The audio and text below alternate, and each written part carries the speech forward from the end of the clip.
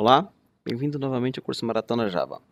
Nessa aula nós vamos começar a falar sobre classes internas, também chamada de inner classes ou nested classes, ou classes alinhadas.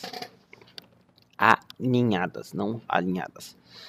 E esse é um assunto um pouco complicado porque a criação de classes aninhadas, né, das classes internas, foi feita justamente para a utilização de interfaces gráficas para você manipular os eventos.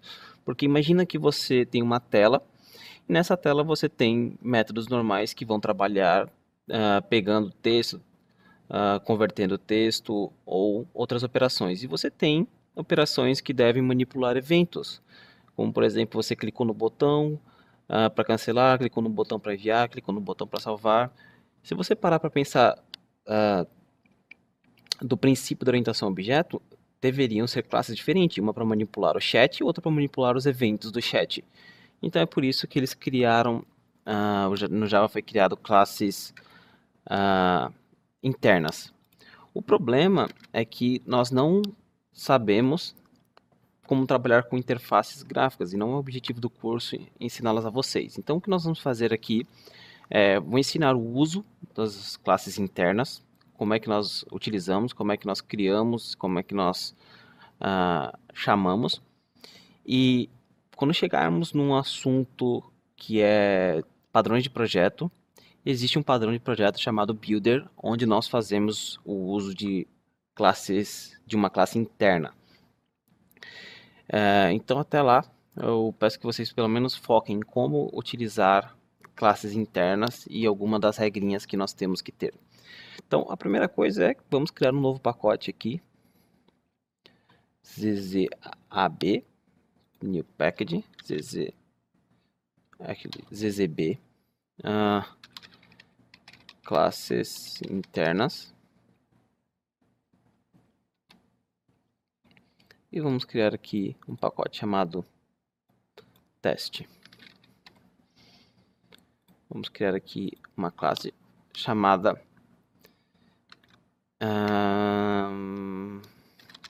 classes internas teste. PSVM. Então vamos começar criando uma classe. Vamos chamar essa classe de externa. Então nós temos uma classe externa e vamos criar aqui private string nome, poderia ser qualquer atributo, e vamos inicializar com William, Jedi do DevDojo.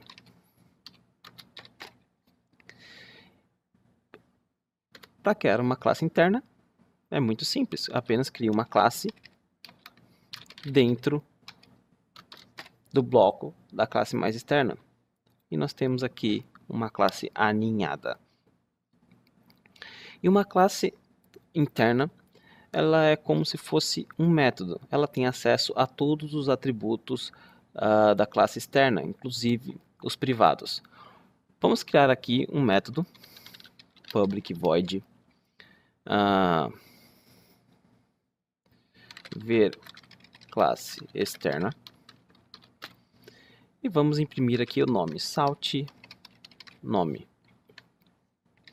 Então, como você pode ver, nós temos aqui uma classe externa com um atributo nome e uma classe interna onde nós imprimimos o nome da classe externa. Você pode ver que o nome ele é privado, ou seja, a classe interna ela tem acesso aos atributos aqui da classe externa.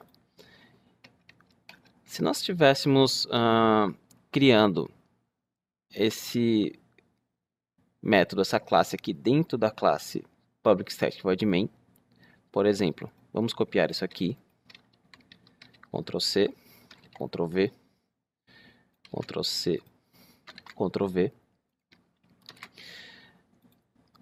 Nós também poderíamos utilizar dentro dessa classe internas teste. O problema é que para você chamar uma classe interna, você precisa de uma classe externa. Você precisa primeiro de um objeto da classe externa para depois você chamar o objeto da classe interna. Então, por exemplo, Você poderia, se nós tentássemos chamar aqui inner, interna, quer dizer, interna do pacote, vamos remover esse valor aqui, vamos trabalhar apenas com esse aqui, porque já é mais fácil. Então, se nós quiséssemos chamar interna recebe new interna, nós vamos ter um erro de compilação. E o erro de compilação está falando que não pode ser referenciado a partir de um contexto estático. Então, é a mesma coisa como se você estivesse criando aqui, por exemplo, public void criar classe interna. Então, você tem um método não estático aqui e é a mesma coisa que você tentasse chamar esse método não estático aqui. Você pode ver que não existe nenhuma opção de você utilizar. Então, as regrinhas de estático e não estático servem para classes internas também. E como é que nós fazemos para chamar essa classe interna? Bom, existem algumas formas de você fazer isso. Primeiro, precisamos chamar um objeto, nós precisamos ter um objeto da classe mais externa, que é classes internas teste. E vamos criar aqui, por exemplo, externa, recebe new classes internas teste. Então, nós temos aqui um objeto da classe externa. Então, a partir desse objeto, eu preciso criar agora outro objeto. Por quê? Porque é uma classe para a classe interna. Para criar o outro objeto, eu preciso fazer dessa forma. Primeiro, eu chamo classes internas teste, ponto interna, que é o nome da classe. É como se fosse um atributo estático, mas não é.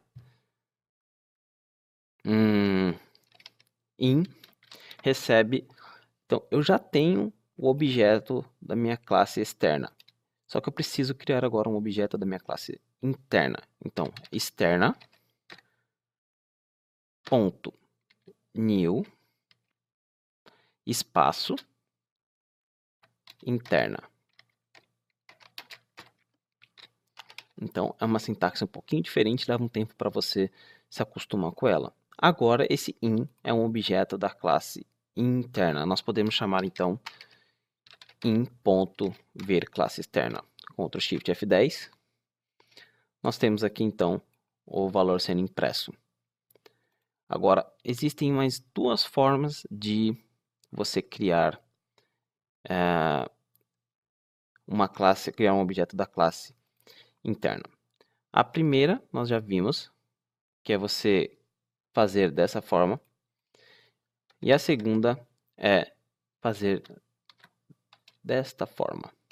Classes internas teste, ponto interna, em 2. Vamos criar a partir do princípio que nós não temos esse objeto daqui da classe externa.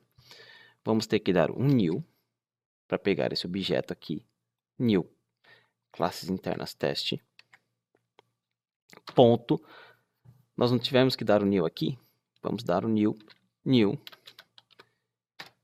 interna,